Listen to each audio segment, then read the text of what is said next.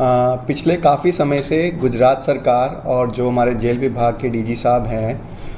जो कानून भारतीय नागरिक सुरक्षा संहिता के सेक्शन 473 और 475 के तहत जितने भी बंदीवान हैं जिनको आजीवन सज़ा हुई है या फिर जिन्होंने 14 साल का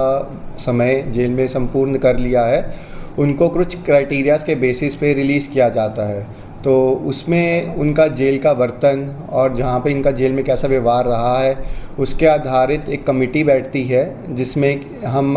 लोकल जो कंसर्न एसपी, डीएम और जो जज साहब होते हैं उनका अभिप्राय लेते हैं। और उनके अभिप्राय आने के बाद एक एडवाइज़री कमेटी बैठती है जिसमें 11 सदस्य होते हैं और इन सब के अभिप्राय के पश्चात ये पूरा जो फाइल होता है वो हमारे हेड ऑफिस जाता है, जहाँ से अंतिम चरण पे गृह विभाग के पास जाता है। तो जब ये पूरा प्रोसेसिंग हो जाता है तो गृह विभाग उसके बाद जो बंदीवान होते हैं उनका जो एप्लीकेशन होता है उसको एक्सेप्ट करती है या रिजेक्ट करती है। तो उसी के तहत आज 4 एप्लीकेशंस ऐसी हैं जो गृह विभाग की तरफ से एक्सेप्ट हुई हैं और जिसमें से 4 जो बंदीवान जो रिलीज़ हो रहे हैं उनके नाम हैं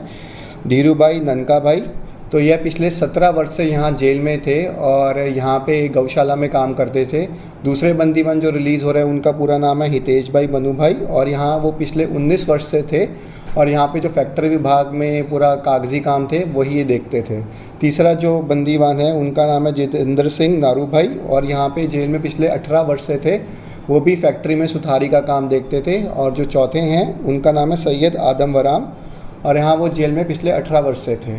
तो जैसे मैंने बोला कि ये अलग अलग विभाग में काम करते थे, तो हमारे जेल में ऐसा इनको पूरा अपॉर्चुनिटी दिया जाता है कि कुछ ना कुछ काम करें, अपना स्किल डेवलपमेंट करें और जो क्राइम और जो मानसिक क्रिमिनल माइंडसेट होते हैं उनसे दूर रहें। तो इसी के नज़र रखते हुए ये इनका पूरा प्रोसेसिंग हुआ है। इनका हमने फ़ाइल पूरा रेडी किया था और अंत में आके गृह विभाग से ये एक्सेप्ट हुआ है और हमें खुशी है कि उनकी एप्लीकेशन जो है वो एक्सेप्ट हुई है और ये आशा भी है कि बाहर जाके वो क्राइम की दुनिया से दूर रहेंगे और सोसाइटी में फिर से जो हम कहते हैं रीइंटीग्रेशन का जो हमारा ऑब्जेक्टिव है उसे पूरा कर पाएंगे। ये चारों के चारों जो बंदीवान थे ये 302 के गुना में ही थे। ये ऐसा है, हमने इनका हिस्ट्री भी चेक किया है कि इनका कोई क्रिमिनल माइंडसेट ऐसा नहीं होता, बट जो हम बोलते हैं कि हीट ऑफ द मोमेंट में क्राइम कर दिया जाता है, तो जबकि एक कहते नहीं है कि